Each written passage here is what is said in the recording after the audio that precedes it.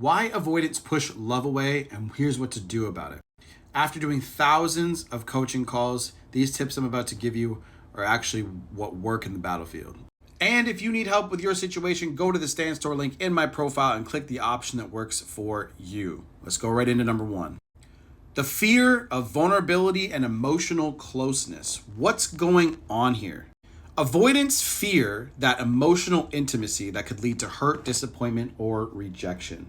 I see this happen with a lot of people. So my clients end up actually being anxiously attached, which is what avoidance will naturally attract, right? So deep down inside, they believe letting people close is emotionally risky. So this is their mindset right here. If I let you in completely, you may hurt me. So what ends up happening is they have one foot in a lot of the time and then one foot out a lot of the time. So here's how it shows up. Sudden emotional withdrawal after closeness. And again, this kind of goes into why people will sometimes plan things with you. Like, oh, let's get married, let's have kids, let's do this, let's do that, let's move in together. And then suddenly they pull away. They also have difficulty opening up and sharing emotions, pulling away when the relationship gets deeper and more serious.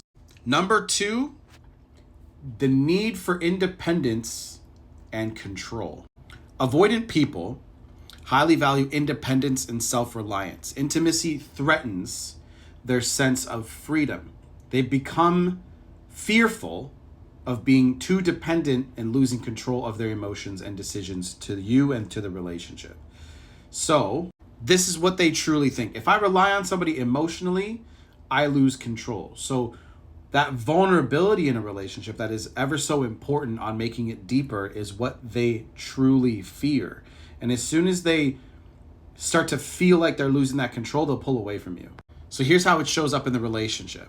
Insisting on personal space or distance. Being fiercely independent or reluctant to accept support, which is super annoying. Withdrawing when things get too close. You guys may have had this is a really common one. You guys may have gone on like a trip and you guys were really close to each other for like a week or two, maybe even just a few days where you guys were constantly around each other, same hotel, breakfast, lunch, dinner, that kind of thing, just most of the day together. And then when you guys get back home, they're just weird. They're cold. They're basically a ghost. It's super strange behavior and confusing. Okay, so number three, difficulty trusting others. And here's what's happening, okay? Avoidants often have past experiences, childhood, past relationships where trust was broken, okay? Leading to cautiousness and emotional walls. I have my notes behind me. That's why I keep looking over there. I want to make sure I get all this in. They struggle believing others won't disappoint or abandon them. They constantly have these fears coming up. They need to do the most healing, okay?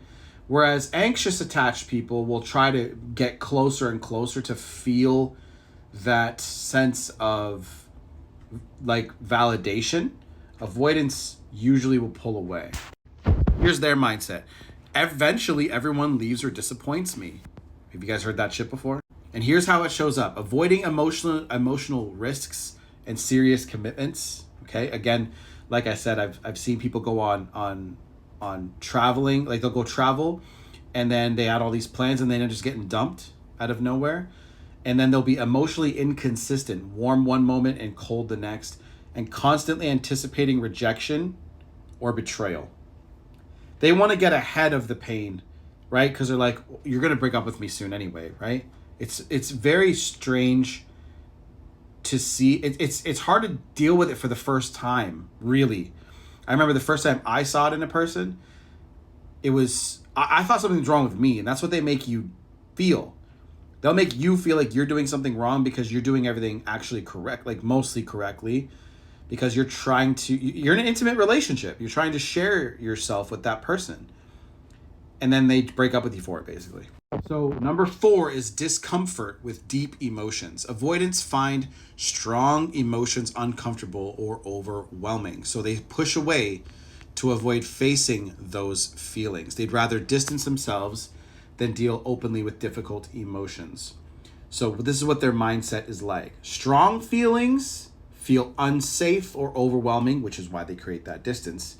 And here's how it shows up: shutting down emotional conversations. So when you go to say, what's going on with you? Why is this bothering you? Why are you creating distance? Why are you doing this? They just go, I don't want to talk about it. Or they just don't answer you, ghost you. The next thing is they pulling away or distancing themselves after moments of vulnerability and being uncomfortable around intense feelings or emotional needs. Guys, this is avoidant 101 behavior. And look, again, from a coaching perspective, I might have said this in my last video, but dating somebody like this is very difficult, okay? And what I normally tell my clients is, look, I understand you may want this person, but you're going to constantly be playing their game, because now you are aware, right? You're aware of what's going on. You're aware of their behavior, but they have to go to therapy and deal with what's causing them to be this way. They are down here because they're fearful on that chart, the chart of truth and justice, right? They're fearful, okay? And they need to rise up to get back to neutrality, courage, acceptance, love, reason, logic, all that stuff. And they now that you're aware of that, it's up to them to heal and go through that as well. But they don't usually, right? Because that requires them to be vulnerable. So what should you guys do if you really love an avoidant and you want to continue this? You have to give space without anger. Allow them space, but communicate calmly when you're available, when ready. So look, like I told you, if I was your coach, I would tell you to move on with your life and deal with somebody that doesn't have this issue, because they have to themselves go to therapy. But these are for if you want to continue, okay? The next thing is be consistent but not intrusive. Show emotional steadiness without pushing or demanding intimacy. Again, you have to walk this tightrope of pushing too much and not enough, because the relationship does need stimulation in order to grow.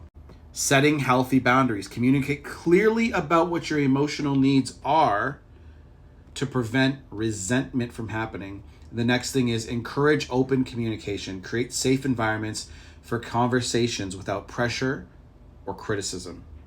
Okay? Now, again, it's very difficult to navigate this because it almost feels like you're taking care of, and it's going to sound fucked up to say, but you're taking care of somebody who's emotionally stunted, like a child, right? And you're going to tiptoe and walk on eggshells. It's not fair. So I'm telling you, it's very difficult. I couldn't be with somebody that was like this. I had to end that relationship because it was just too much of a nightmare to guess what that person's feeling. I got businesses to grow. I got stuff to do, right? Now, I'm not saying these people are not worthy of love, but the way that they act is always going to make the person opposite them feel like they're not enough. Like I said, a lot of my clients are the anxiously attached people. So, final thoughts. Avoidants push love away, not because they don't care, but because closeness triggers fear, discomfort, and vulnerability. Understanding this can help you respond effectively, protect your emotional well-being, and create healthier relationships. Their pulling away is about their fears, not your value. Okay? Balance understanding their needs with clear, healthy boundaries, and being emotionally patient, consistent, and respecting them will go a long way. And really just being resilient, emotionally resilient, is where your key power will lie. Again, if you need any help with the situation, just let me know, and we can go over all these things together, and I can help you with a plan. But again, honestly, it's usually a lot better just to move on from this, because it's such a hurdle game. Okay.